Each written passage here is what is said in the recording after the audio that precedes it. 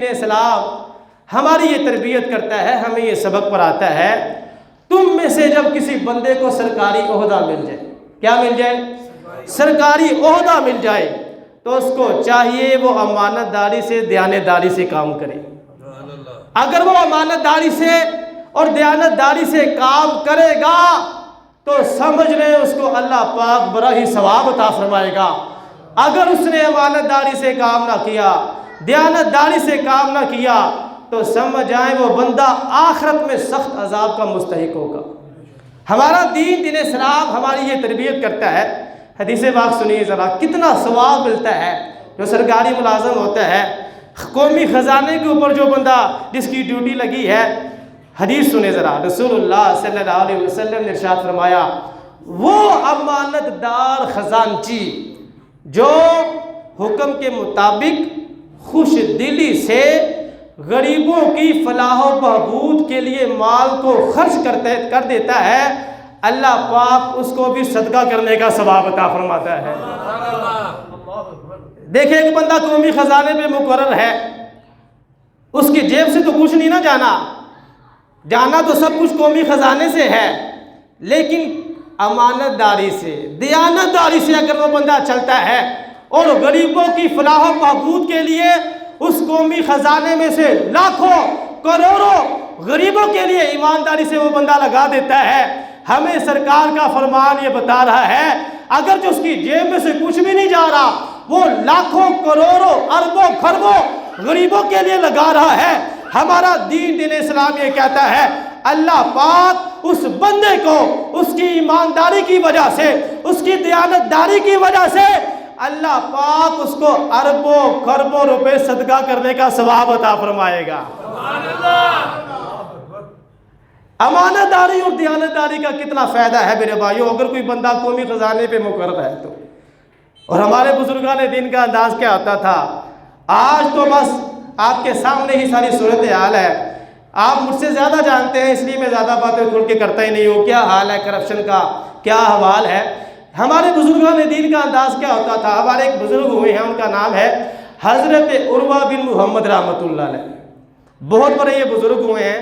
سلمان بن عبد الملک کے دور میں بھی یہ گورنر رہے ہیں، پھر حضرت عمر بن عبدالعزیز کے دور میں بھی یہ گورنر رہے ہیں، پھر اس کے بعد بھی یہ گورنر رہے ہیں۔ تقریباً یہ جو بزرگ ہیں یہ یمن کے اندر 20 سال تک ملک یمن کے گورنر رہے ہیں۔ کتنے سال تک؟ 20 سال تک۔ اور ان کی ایک اور بہت ہی پیاری شان، ان کے جو دادا تھے وہ سرکار کے صحابی تھے۔ ذرا بلند آواز سے کہہ دے سبحان اللہ۔ صحابہ وہ صحابہ جن کی ہر صبح عید ہوتی تھی، خدا کا قرب حاصل تھا، نبی کی عید ہوتی تھی۔ ان کے دادا جان سرکار کے صحابی تھے، 20 سال یہ یمن کے گورنر رہے ہیں۔ ان کا انداز میں آپ کو بتاتا ہوں، دل خوش ہو گیا یہ بات پڑھ کر میرا، اور میرا دل تھا کہ میں جمعے والے دن یہ لازمی سناؤں گا۔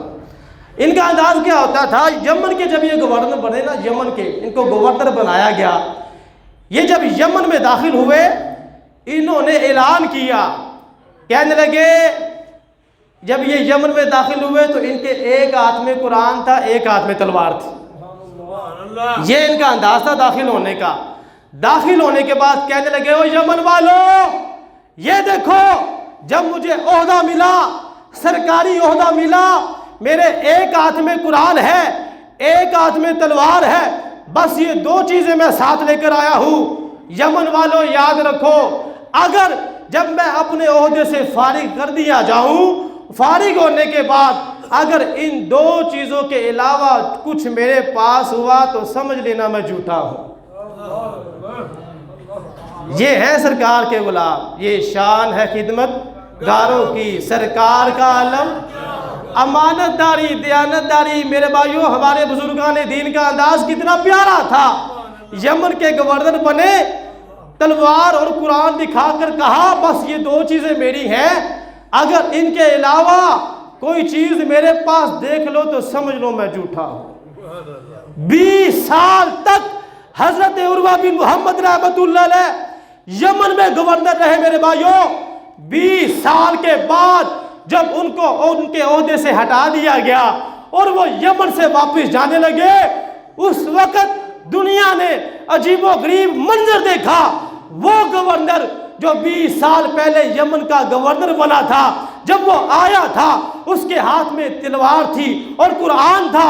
جب وہ 20 سال بعد گورنری کر کے جانے لگا، اس وقت بھی اس کے ہاتھ میں تلوار اور قرآن مجید ہی تھے. یہ شان ہے خدمتگاروں کی. ہم کہتے ہیں سرکار تک بعد میں پہنچنا، رسول اللہ صلی اللہ علیہ وسلم کی بات بعد میں کرنا. سرکار کے غلاموں جیسا تو لا کر دکھاؤ نا. کتنے ایماندار ہوتے تھے، کتنے دیانتدار ہوتے تھے. 20 سال یمن کے گورنر رہے اور ایک ہاتھ میں تلوار، ایک ہاتھ میں قرآن. قرآن کو ہمارے بزرگان دین اپنے سینے سے لگا کر رکھتے تھے. یہ ہے امانتداری، دیانتداری. میرے بھائیوں، اس وقت آپ کے سامنے ساری صورتحال ہے. کرپشن کے لیے باقاعدہ ادارے بن چکے ہیں، لیکن افسوسناک بات یہ ہے کرپشن کے لیے جو ادارے بنے ہیں وہ خود کرپشن کا شکار ہو چکے ہیں. میں یہ سمجھتا ہوں اداروں سے کام نہیں چلے گا. میں یہ سمجھتا ہوں بندے کے دل میں خدا کا خوف ہونا چاہیے، بندے کے دل میں اللہ کا خوف ہو. قیامت والے دن رسول اللہ صلی اللہ علیہ وسلم کی بارگاہ میں حاضر ہونا ہے، اللہ کی بارگاہ میں حاضر ہونا ہے. جس کو اس بات کا ڈر ہوگا، اداروں کی کوئی ضرورت نہیں ہے میرے بھائیوں. جس کو صرف یہ ڈر ہوگا وہ تنہائی میں بھی بددیانتی نہیں کرے گا، وہ تنہائی میں بھی خیانت نہیں کرے گا. کیوں؟ اس کو ڈر ہے کہ میں نے اللہ اور اس کے رسول کی بارگاہ میں حاضر ہونا ہے. حضرت